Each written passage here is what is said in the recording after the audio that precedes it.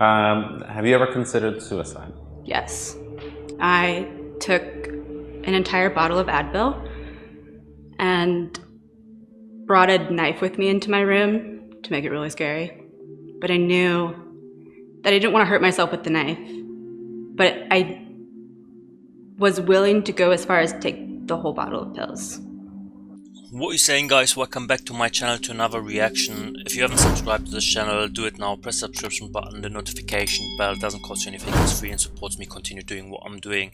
The following reaction is going to be on the serious side. If you have the stomach to watch through the whole video, do so. It does help. It does give you an understanding on what's going on out there, and it's a serious one, you see. It's a very serious one. And with that, let's just jump straight into the video.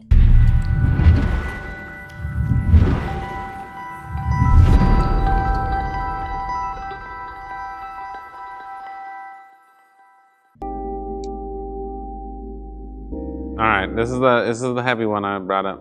Okay. Have you ever considered committing suicide?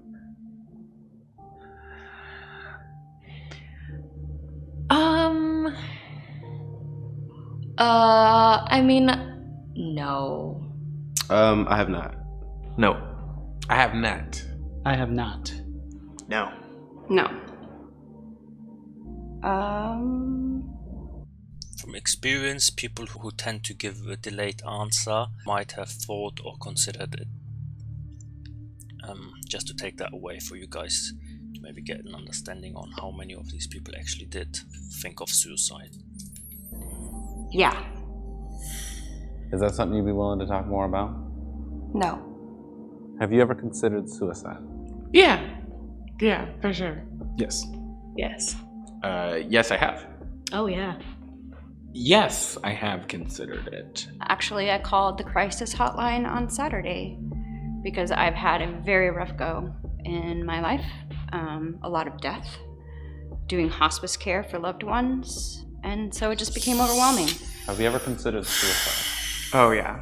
Oh yeah. Whoo-wee. I mean, I'm in the happiest time of my life, but I've been like in depressive phases, like where I was like doing fentanyl and just hoping I was going to die just for months. Like I've had suicide be like a thought in the back of my head since I was a child. First time I felt like killing myself was when I was 6. Whoa, that's why?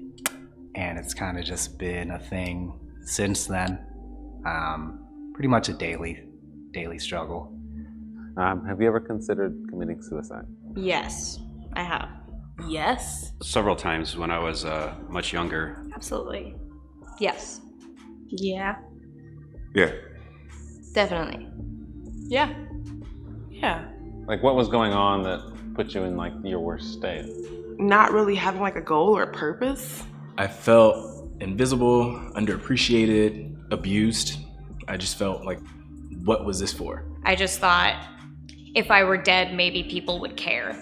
I was struggling with childhood abuse. My parents are going through like a really heavy divorce. I did get picked on pretty heavily growing up. I even got I guess you could call it a death threat. I'm sorry guys if I don't have the usual energy of talking a lot, but this is just, it's just mind-blowing. Like, what I'm amazed of that some of the guys say that they were so young and they've considered it.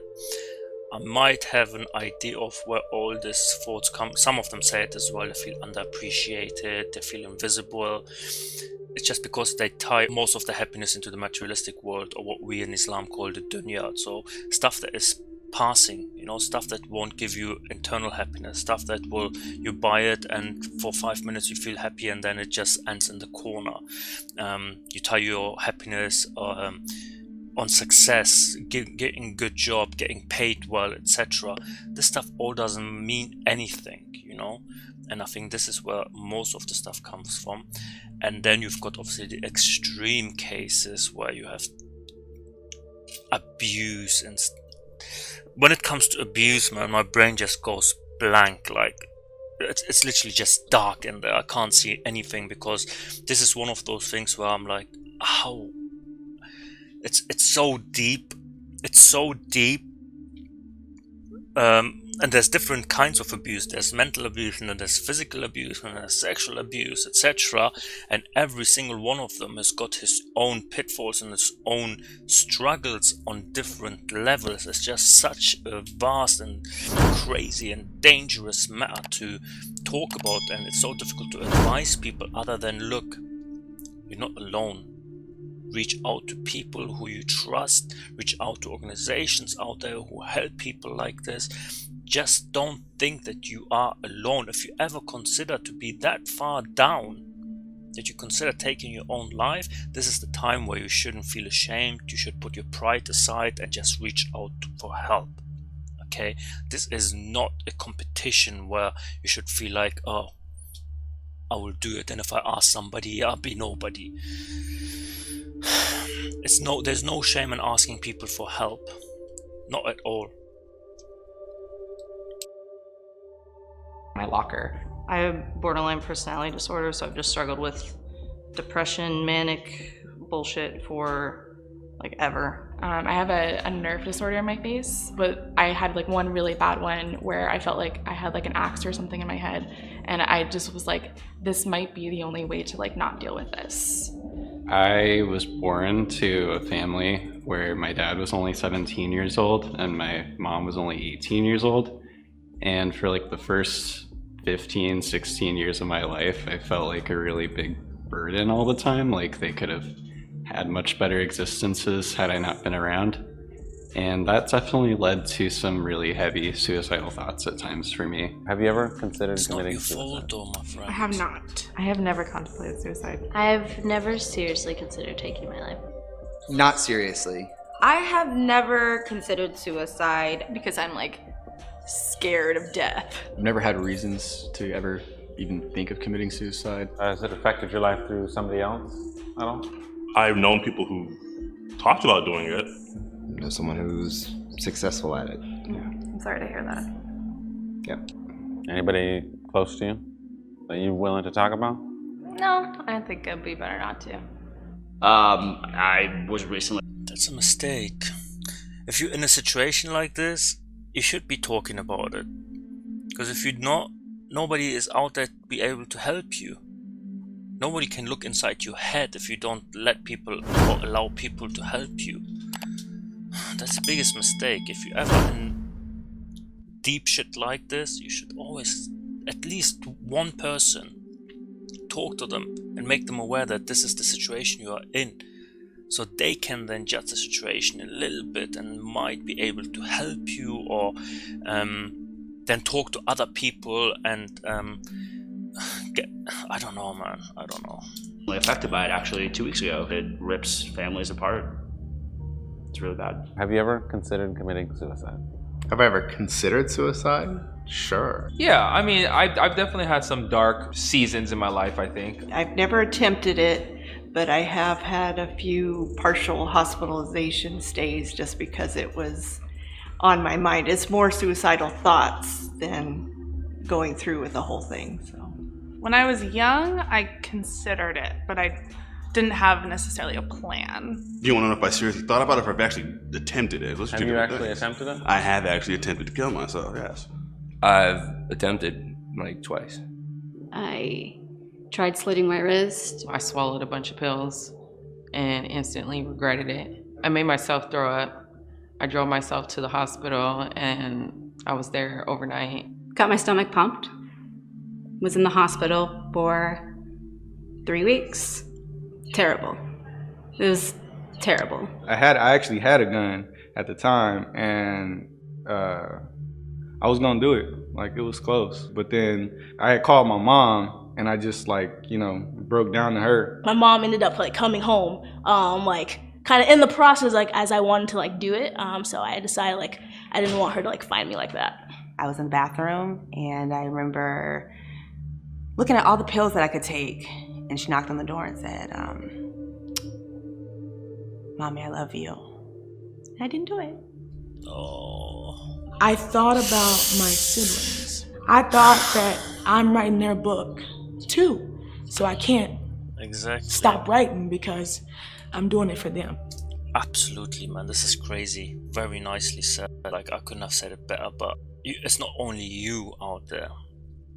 When you commit suicide or when you have this sort of thoughts, you're hurting a lot of people around you as well. As she said it very nicely, you're writing their story as well, you're writing their book as well. There will be a chapter in their life where they say, I've lost a loved one and it destroyed me. And what can cause that in other people's life who truly love you? It's like a domino. Maybe they have the same thoughts then. Because we had this other lady at the beginning saying that I had a lot of death in my family, so I thought to stop it, suicide was the solution. So you see? It's just a catch-22. So always think of other people, but first and foremost think of yourself and what you leave behind, and whatever might cause your suicidal thoughts, think about it in 5 months time and 10 years time and 5 years time. It doesn't mean anything. Everyone goes through a struggle. When we're calling about normal, sorry, I'm not talking about abuse, okay? I'm talking about normal life struggles, joblessness, debt, no money, etc, etc, etc, losing a job, blah blah blah, losing your house and all that sort of stuff. Everyone goes through that one time in their life. It's normal life struggles. Suicide is not a solution. Don't think about it. This is materialistic things. You're not put on this planet, yeah, to build yourself a mansion and live like a king. We live already like kings compared to 100, 200 years ago. Our lives right now, we live better than kings. Okay? But this sort of stuff will pass. Find yourself a purpose in life, even if it is going out on the street and feeding all the stray dogs, all the stray cats. There's a purpose. Go out on the street and just clean the streets. It's a purpose. It doesn't matter what it is, you know. Watch birds flying over your roof or over your head. It doesn't matter. Find yourself a purpose in life, as trivial or as stupid or as amazing it is, and just follow that. Find yourself something to hold on to. If you're religious, I don't have to say much about that. You know, just follow your religion. In no book and no religion, suicide is permitted. Okay? And, yeah. You know, I'd be leaving behind my other sister, and my other sister really looks up to me, and I couldn't, like, do that to her. And I'm sure it would have hurt my parents, too.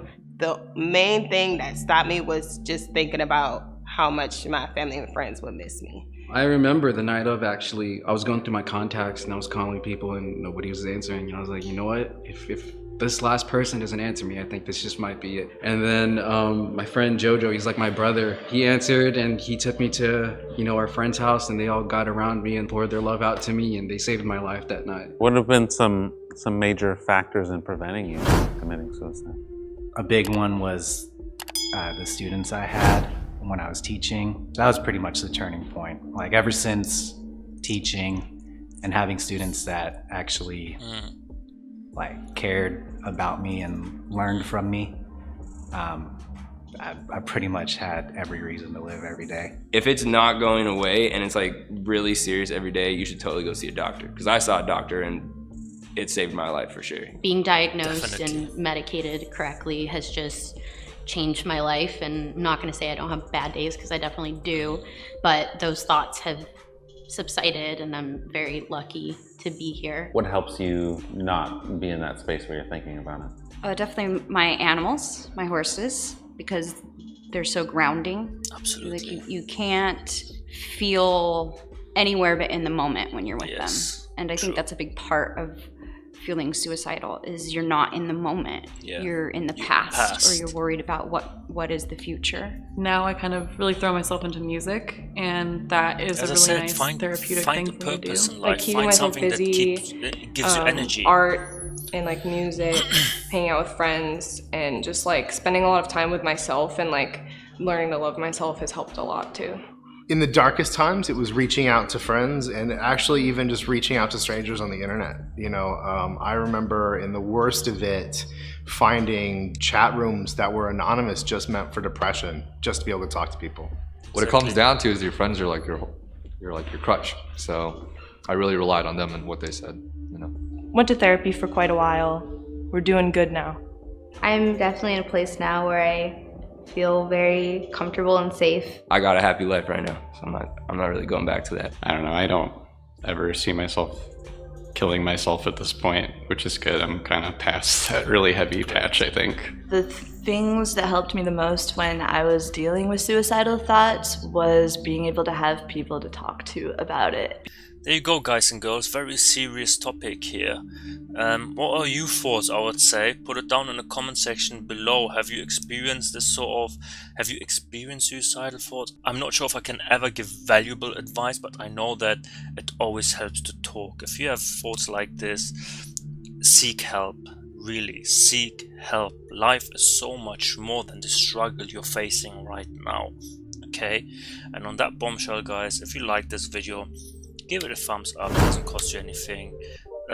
Subscribe to the channel, press the notification button. I'll see you guys in the next videos. Peace out.